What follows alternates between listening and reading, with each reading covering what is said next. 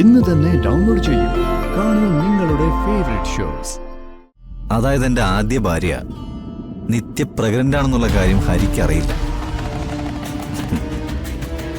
അറിഞ്ഞാലേ മണ്ണിന്റെ മണമുള്ള കർഷകനില്ലേ ഓടിങ്ങെത്തും.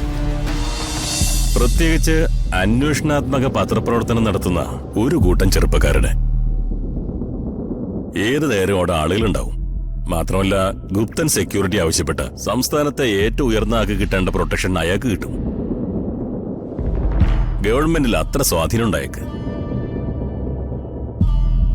ജയർ, നിങ്ങളുടെ മുന്നിലുള്ള മാർഗം ആനന്ദിനെ തടയുക എന്നതാണ്. കൂട്ടത്തിൽ ഹരിയും. ഹരി നിങ്ങൾ വിചാരിക്കും പോലെ മൂകാംബിയലല്ല, അയാൾ അനന്തനോടൊപ്പം. എത്രയും പെട്ടെന്ന് നിങ്ങൾ അവനെ കണ്ടെത്തുന്നുവോ അത്രയും കുറച്ചായിരിക്കും നിങ്ങൾക്കെതിരെയുള്ള ആക്രമണങ്ങൾ. വക്കീലെ, ഇത്രയൊക്കെ അറിയാൻ കഴിഞ്ഞ നിങ്ങൾക്ക് അതുകൂടി എന്താ കണ്ടെത്താൻ പറ്റാതിരുന്നേ? ഇതെന്റെ ജോലിയല്ലാത്തതുകൊണ്ട്. ജയയാർ എന്നെ ഏൽപ്പിച്ച ജോലി ഞാൻ കൃത്യമായിട്ട് ചെയ്യുന്നുണ്ട്. എന്റെ ജോലിയിൽ ഞാൻ ജയിക്കാൻ വേണ്ടി ഇതെല്ലാം ഞാൻ കണ്ടെത്തിയെന്നേ ഉള്ളൂ. പക്ഷെ പരിഹരിക്കേണ്ടത് നിങ്ങളാണ്. ഒരു കാര്യം നിസ്സംശയം പറയാം, ഹരി വേറെ ഒരു കർഷകനാണെന്ന് തോന്നിയതിൽ നിങ്ങൾക്ക് മിസ്റ്റേക്ക് പറ്റിയിട്ടുണ്ട്. ഞാൻ അയാളുടെ ഡീറ്റെയിൽസ് എല്ലാം അന്വേഷിച്ചു. പാലക്കാട് അയാൾ ജീവിച്ചിരുന്ന സ്ഥലത്ത് അവരുടെ മണ്ണിൽ കോർപ്പറേറ്റുകൾ കാലുകുത്തിയപ്പോ ആ കോർപ്പറേറ്റുകൾക്കെതിരായിട്ട് നിരന്തരം സമരം സംഘടിപ്പിച്ചു. ആ കമ്പനിയെ തന്നെ പൂട്ടിച്ച ചരിത്രം ഉണ്ടായേക്ക്. ഇവിടെ അയാൾ കുറച്ചു കാലം നിശബ്ദനായി പോയതാ. അയാള് പല രീതിയിലും നിങ്ങളുടെ മുന്നിൽ പെട്ടുപോയതുകൊണ്ടാ മണ്ണിന്റെയും പെണ്ണിന്റെയും പേരില് ഇപ്പൊ ഞാൻ മനസ്സിലാക്കുന്നത് അതൊക്കെ അയാൾ മറികടക്കാൻ പോയതാ. നിങ്ങൾക്കുള്ള വിലങ്ങ് പണിയാൻ തന്നെ. ഈ ജീവനെ നിങ്ങൾ മനസ്സിലാക്കിയിട്ടില്ല വക്കീലെ. അവനെ ഞാൻ വരുത്തും.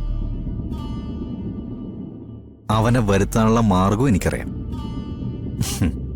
You don't worry. എങ്ങനെ? ഹരിയുടെ ഭാര്യ, അതായത് എൻ്റെ ആദ്യ ഭാര്യ നിത്യപ്രഗ്നന്റാണെന്നുള്ള കാര്യം ഹരിക്ക് അറിയില്ല. അറിഞ്ഞാലേ മണ്ണിന്റെ മണമുള്ള കർഷകനില്ലേ ഓടിങ്ങെത്തും. ഹരി തന്റെ സ്വന്തം കുഞ്ഞിനെ സമ്മാനിക്കാൻ പോകുന്ന ഭാര്യയെ ഒരു നോക്ക് കാണാൻ വന്നിരിക്കും. സാർ, അങ്ങനെയാണെങ്കിൽ നിത്യപ്രഗ്നന്റ് എന്നുള്ള വിവരം ഹരിയിലേക്ക് എത്തണ്ടേ? അഡ്വക്കേറ്റ് പറഞ്ഞ പേരുണ്ടല്ലോ, ഗുപ്തൻ അല്ലേ? ഹരിയുടെയും അനന്തന്റെയും കണ്ടുപിടുത്തങ്ങൾ എത്തുന്നത് ഗുപ്തനിലേക്കാണെങ്കിൽ ഗുപ്തനിലേക്ക് എത്തുന്ന ന്യൂസ് ഹരിയിലേക്ക് എത്തുമല്ലോ. അത് ഞാൻ എത്തിച്ചോളാം. ഒന്നുകിൽ തനിക്കൊരു കുഞ്ഞ് ജനിക്കാൻ പോകുന്നു എന്നുള്ള വാർത്ത കേട്ട് അവൻ തിരിച്ചു വരണം, അല്ലെങ്കിൽ തൻ്റെ കുഞ്ഞിനെ വയറ്റി ചുമക്കുന്നവള് ചത്തുപോയി എന്നുള്ള വാർത്ത കേട്ട് അവൻ തിരിച്ചു വരണം.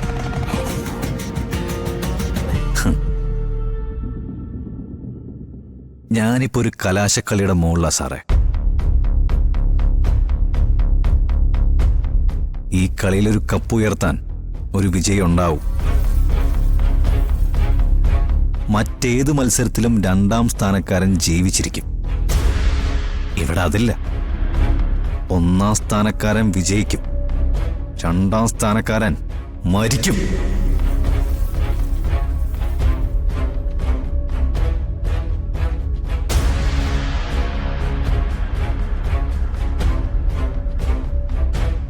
എന്തൊക്കെയമ്മ ഈ കാണുന്നത്? എന്തൊക്കെയാണ് കാണിച്ചു കൂട്ടുന്നത്? ജീവന്റെ പല ഭാവങ്ങളും നമ്മൾ കണ്ടിട്ടുള്ളതാ. ഇപ്പൊ കാണിക്കുന്നൊക്കെ സത്യാണോ? അല്ല മോളെ, വിശ്വസിക്കരുത്. നിന്റെ വിരൽത്തുമ്പിൽ ഒരാൾ തൊട്ടാൽ പോലും അവനെ കൊല്ലണമെന്ന് ആഗ്രഹിക്കുന്നവനാണവൻ. എന്നിട്ട് നീ മറ്റൊരാളിൽ നിന്നും ഗർഭിണിയാണെന്ന് അറിയുമ്പോൾ അവൻ സന്തോഷം കാണിക്കുന്നെങ്കിൽ അത് കൊല്ലുന്നതിന് മുൻപുള്ള ആഘോഷം മാത്രമാണ്.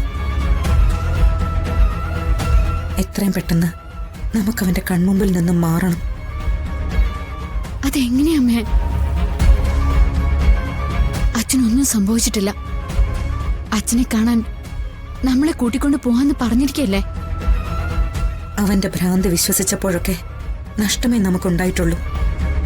ഇനി അത് പറ്റില്ല. മോളെ, നിന്നോട് ഞാനൊരു കാര്യം പറയട്ടെ. എന്താ അമ്മേ? അച്ഛൻ തിരിച്ചു വരുന്നതുവരെ എനിക്ക് ഇവിടം വിടാൻ പറ്റില്ല. അച്ഛനെ സംശയിച്ചതിന്റെ കുറ്റബോധം എനിക്കുണ്ട്. അമ്മ ഇവിടെ നിൽക്കാം. മോള് അമ്മയെ പിരിഞ്ഞ് ഞാൻ ഒരിടത്തും പോകുന്നില്ല. മോൾ അമ്മ പറയുന്നത് കേൾക്ക്. അമ്മ നിന്റെ ചെറിയച്ഛനെ വിളിക്കാം. ചെറിയച്ഛനും സുധിയോടും വരാൻ പറയാം. അല്ലെങ്കിൽ വേണ്ട, അതിനൊക്കെ സമയമെടുക്കും.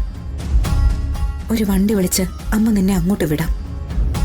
അവരുടെ അടുത്താവുമ്പോൾ മോള് സേഫ് ആയിരിക്കും. ഞാനോ ശരവണനോ എങ്ങനെയെങ്കിലും ഹരിയെ കാര്യങ്ങളെല്ലാം അറിയിച്ചോളാം. ഹരി നിന്റെ അടുത്തേക്ക് വരും.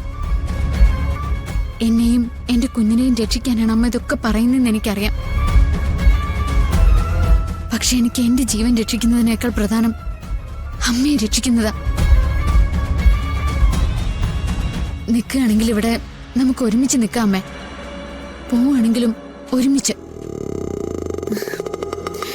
എന്റെ കുട്ടി, ഞാനൊന്ന് പറയുന്നത് കേൾക്ക്. വേണ്ടമ്മേ, ഇത്രയും നാളെ ജീവൻ നോക്കിയതാ നമ്മളെ വേർപിരിക്കാൻ. അതിനുള്ള അവസരങ്ങളൊക്കെ നമ്മുടെ മുന്നിലൂടെ കടന്നു പോയില്ലേ? അതിന് നമ്മൾ രണ്ടാളും വിജയിച്ചില്ലേ?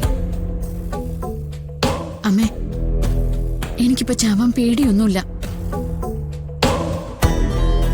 മോളെ, നിന്നോട് എങ്ങനെയാ ഞാനിനി പറയാ? നിന്റെ ജീവിതത്തിൽ നിനക്കൊന്നും നഷ്ടപ്പെട്ടില്ലല്ലോ.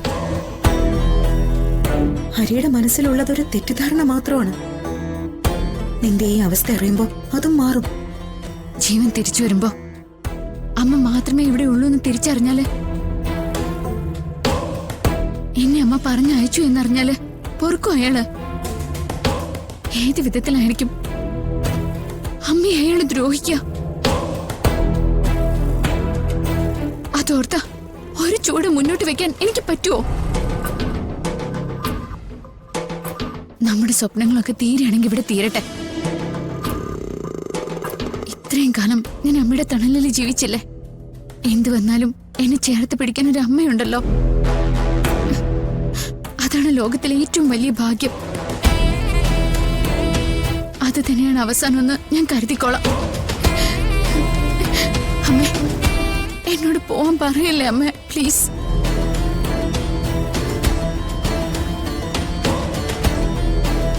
ശരി, എങ്കിലും ശിവാനന്ദനെ ഒന്ന് വിളിച്ചേക്കാം. നിന്നെ തനിച്ചയക്കുന്നു എന്ന് ഞാൻ പറയുന്നില്ല. എപ്പോ വേണമെങ്കിലും നമ്മൾ ചെല്ലുമെന്ന് പറയാം. അത് മതിയമ്മേ. അച്ഛന്റെ കാര്യത്തില് ജീവൻ എന്താ ചെയ്യുന്നെന്ന് അറിയണം. എന്നിട്ട് തീരുമാനിക്കാം നമുക്ക് ബാക്കി കാര്യങ്ങള്.